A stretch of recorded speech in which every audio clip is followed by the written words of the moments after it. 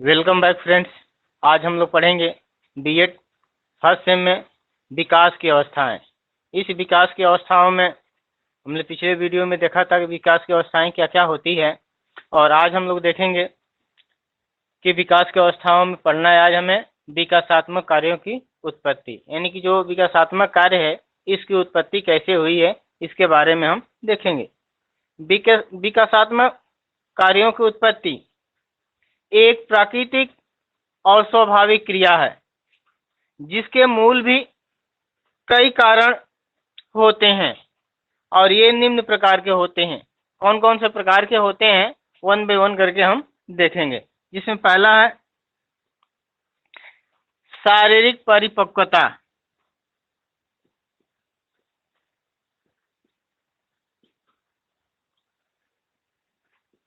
शारीरिक परिपक्वता यानी मैच्योरिटी।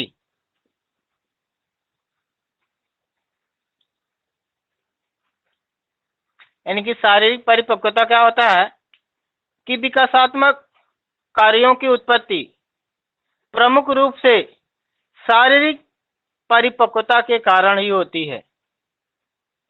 जैसे जैसे प्राणी अपने विकास क्रम में शारीरिक परिपक्वता प्राप्त करता है, वैसे वैसे उसकी विभिन्न विकासात्मक अवस्थाओं में अलग अलग के प्रकार तथा क्रियाओं की भी उत्पत्ति होती है। यानी जैसे बालक का विकास होने लगता है, जो भी उसकी क्रियाएं होती है, जैसी क्रियाएं होती है वो सारी क्रियाएं भी क्या होती है, अलग अलग होने लगती है। जैसे बैठना, खड़ा होना, चलना, दौड़ना, भागना आदि ये सारी क्रियाएं होती है बालक के अंदर होने लगती हैं।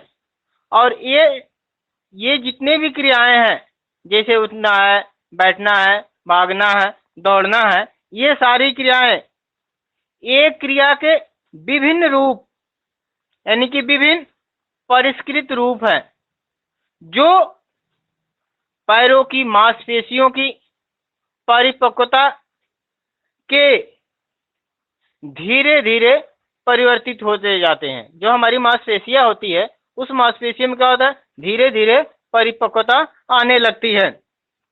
और शरीर के विभिन्न अंगों की परिपक्वता विभिन्न विकासात्मक क्रियाओं की उत्पत्ति करती है। जो भी हमारे शरीर में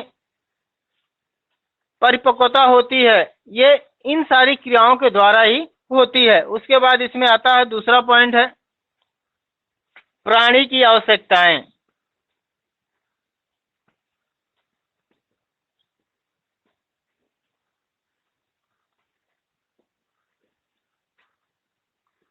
प्राणी की आवश्यकताएं।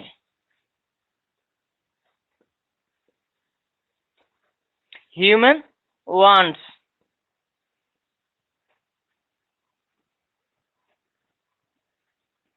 यानी कि प्राणी की आवश्यकताएं क्या है, तो कुछ विकासात्मक कार्य व्यक्ति की विभिन्न आवश्यकताओं के फलस्वरूप ही उत्पन्न होती है। यानी कि मनुष्य की कुछ ऐसी आवश्यकताएं हैं, उन आवश्यकताओं के द्वारा ही यह उत्पन्न होता है। जैसे नवजात शिशु को अगर भूख लगती है तो क्या करता है, भूख लगने पर वह रोने लगता है। यह उसकी जैविकीय आवश्यकताएं हैं। इसी प्रकार पढ़ना, लिखना, सीखना, अच्छी आदतों का विकास करना आदि सामाजिक आवश्यकताएं हैं। यानी कि जैसे पढ़ना है, लिखना है या सीखना है, ये जो भी आदतें हैं ये भी आदतें क्या है, सामाजिक आवश्यकताएं की पूर्ति करने के लिए है। तभी क्या होगा, हमारा समाज में विकास हो पाएगा। उसके बाद इसमें तीसरा पॉइंट आता है प्राणी के मूल्य और आकांक्षाएं।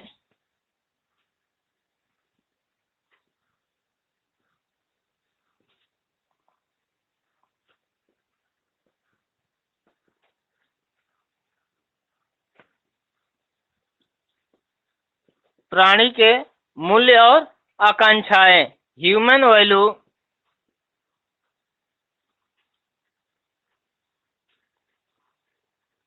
And goals.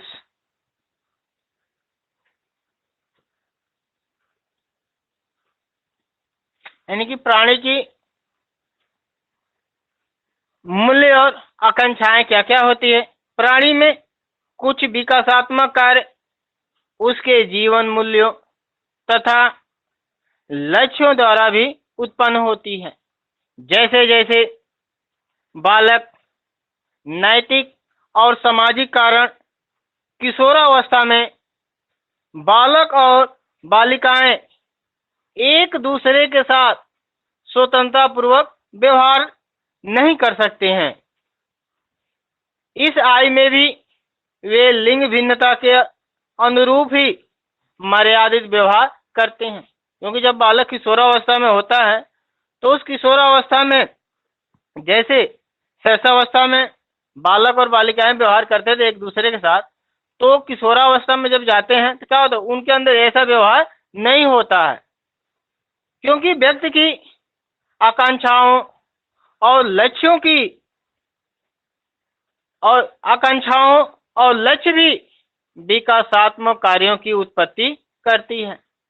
जैसे किशोरावस्था में बालक आत्मनिर्भर बनना चाहता है और इस हेतु वह किसी भी क्षेत्र में रोजगार का अवसर तलाशता है।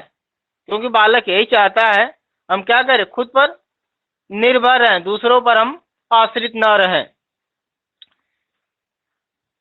रोजगार का अवसर तलाशता है या पढ़ाई लिखाई में भी वह अधिक मेहनत करके अच्छी नौकरी पाने के लिए भी प्रयत्न करता रहता है।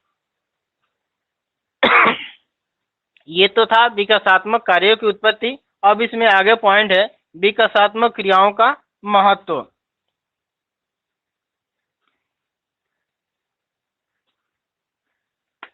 विकासात्मक क्रियाओं का महत्व।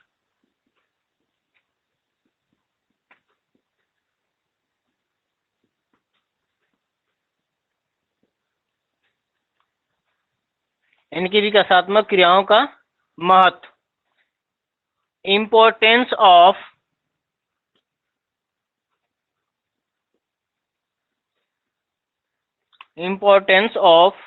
Development task.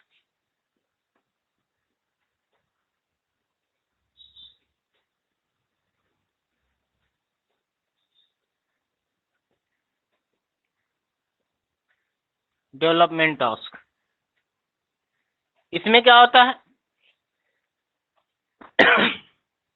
विकासात्मक क्रियाओं का महत्व। इसमें क्या होता है कि प्रत्येक प्राणी के जीवन में विकासात्मक क्रियाओं का बड़ा ही महत्व है। क्योंकि वर्तमान अवस्था में विकासात्मक कार्य ही आगामी अवस्था में संपन्न होने वाली क्रियाओं का आधार होते हैं। यदि कोई प्राणी अपने विकास क्रम में निर्धारित क्रियाओं को अगर संपन्न नहीं करता है या विलंब से करता है तो उसका दुष्प्रभाव भी आगामी क्रियाओं को संपन्न नहीं कर सकता है। यानी जैसा उसके साथ जैसे उसके शरीर का मतलब विकास होगा, आगे भी क्या होगा वैसे ही उसका विकास होगा। जैसे एक फॉर एग्जांपल है, जैसे यदि किसी बालक के दूध के दांत अगर देर से निकलते हैं तो उसमें ठोस भोजन को ग्रहण करने की क्षमता का विकास भी क्या होगा, देरी से होगा। क्योंकि जब दूध के दांत जो है अगर देर से निकलते हैं तो क्या होगा, जब वो ठोस भोजन भी करेगा तो क्या करेगा, देर से ही करेगा। और साथ ही पाचन अंगों की ठोस भोजन को पचाने की क्षमता का विकास भी क्या होगा, देर से होगा और देर से होता है। अतः प्रत्येक अवस्था की विकासात्मक क्रियाओं पर आगामी क्रियाओं का विकासात्मक क्रियाओं पर उत्पन्न होना अति आवश्यक है। क्योंकि यदि माता पिता, संरक्षक, शिक्षक को बालकों की विभिन्न आयु स्तरों पर विकासात्मक क्रियाओं का ज्ञान होना चाहिए। यानी चाहे माता पिता हो या बालक हो या उसके संरक्षक हो, माता पिता हो या शिक्षक हो, उनको ज्ञात भी होना चाहिए कि बालक का स्तर क्या है, उसे क्या करना है, क्या नहीं करना है। तभी क्या होगा, जब बालक को उचित मार्गदर्शन मिलेगा तभी क्या होगा, वो आगे सीख पाएगा। जब वो सीखेगा तभी क्या होगा, उसका विकास होगा। तो विकासात्मक कार्य के महत्व को भी निम्न प्रकार से जाना जा सकता है। तो कौन कौन से इसके भी प्रकार है विकासात्मक कार्य क्रियाओं का महत्व में? इसमें पहला है विकास के अध्ययन में सहायक।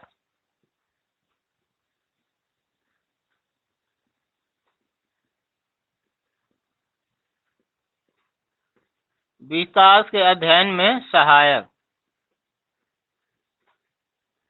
इसमें क्या होता है कि किसी भी अवस्था के विकासात्मक कार्यों द्वारा, यानी कोई भी अवस्था है, उस अवस्था में विकासात्मक कार्य द्वारा उस आय के विकास क्रम में एक निश्चित दिशा निर्देश प्राप्त होते हैं, जिससे माता पिता, शिक्षकों तथा समाज सुधारकों को भी बालक के शिक्षण में सहायता मिलती है।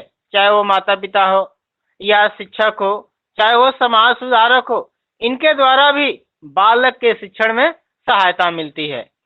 उसके बाद इसमें दूसरा पॉइंट आता है आगामी विकास में सहायक। आगामी विकास में सहायक,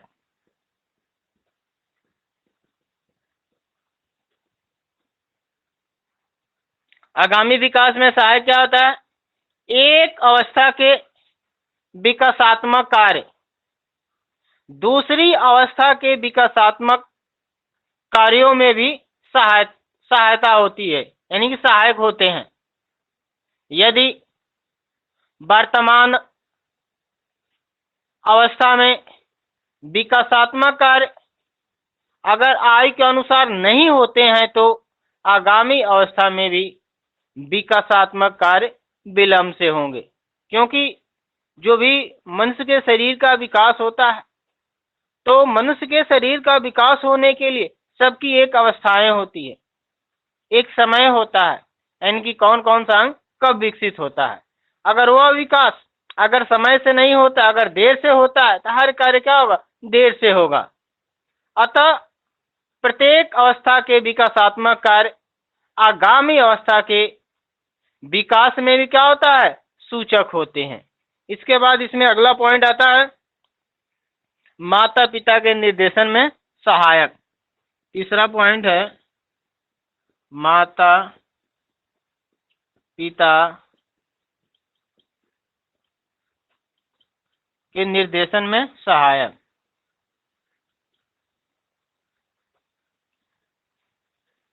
प्रत्येक अवस्था के विकासात्मक कार्यों के द्वारा माता पिता यह भी जान सकते हैं कि बालक किस आयु विशेष में बालक कौन सी क्रियाएं करेगा, और उन क्रियाओं की सफलता के लिए भी यह भी जरूरी है कि और माता पिता को यह भी जानकारी प्राप्त होना चाहिए कि बालकों के विकासात्मक कार्यों की सफलता के लिए उन्हें वे सभी साधन व सुविधाएं प्रदान करते हैं जो कि विकासात्मक कार्यों को सफल बनाए।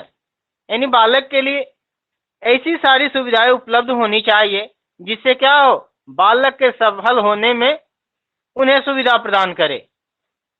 और अभिभावकों द्वारा दी गई साधन और सुविधाओं से बालक में वे ही व्यवहार सीखते हैं जिनसे उनकी अपेक्षा की जाती है, इन जिनसे हम बालक के प्रति अपेक्षा किए रहते हैं। हाँ, बालक को ऐसा व्यवहार करना चाहिए, तो बालक क्या करता है, वैसा ही व्यवहार करता है। क्यों करता है, क्योंकि जो बालक होता है वो माता पिता के निर्देशन के लिए क्या करते हैं, यह सहायता करते हैं। यानी जो भी बालक कार्य करता है उस बालक को कार्य करने के लिए माता पिता क्या करते हैं, उन बालक का सहयोग करते हैं, इसलिए जो भी कार्य करते हैं वह सही करते हैं।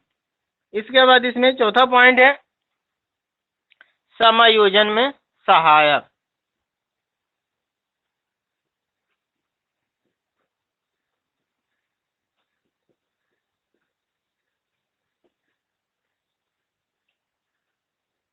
अगला पॉइंट है समायोजन में सहायक। विकास क्रम में प्रत्येक प्राणी को नई परिस्थितियों के साथ भी समायोजन करना पड़ता है। यानी कि अगर प्राणी के विकास क्रम में प्रत्येक प्राणी को नई परिस्थितियों के साथ भी क्या करना पड़ता है, समायोजन करना पड़ता है। जो व्यक्ति की नई परिस्थितियों में स्वयं को भी क्या करे, समायोजित कर सके और उनका विकास सुचारू रूप से चलता रहता है। क्योंकि जैसी परिस्थिति है उस परिस्थिति के साथ हमको क्या करना पड़ेगा, समायोजित करना पड़ेगा। यानी कि उस परिस्थिति के अनुसार हमको अपने आप को ढालना पड़ेगा, तभी क्या होगा, बालक का विकास सुचारू रूप से चल पाएगा। क्योंकि विकासात्मक कार्य ही आगामी अवस्था के विकासात्मक कार्यों के साथ समायोजन करने में भी सहायक होते हैं, जिनके परिणाम स्वरूप प्राणी का भी नवीन परिस्थितियों में समायोजन भी आसानी से हो जाता है। यानी चाहे कोई नई भी परिस्थिति हो तो उस नई परिस्थिति में भी क्या होता है, बालक अपने आप को समायोजन कर लेता है, यानी आसानी से उसमें ढाल लेता है। जैसी परिस्थिति रहती है उस परिस्थिति के अनुसार ही क्या कर लेता है, बालक अपने आप को ढाल लेता है। तो आज तो इतना ही, यानी कि विकासात्मक कार्यों की उत्पत्ति कैसे हुई और विकासात्मक क्रियाओं का महत्व क्या है। आज फिलहाल इस वीडियो में इतना ही।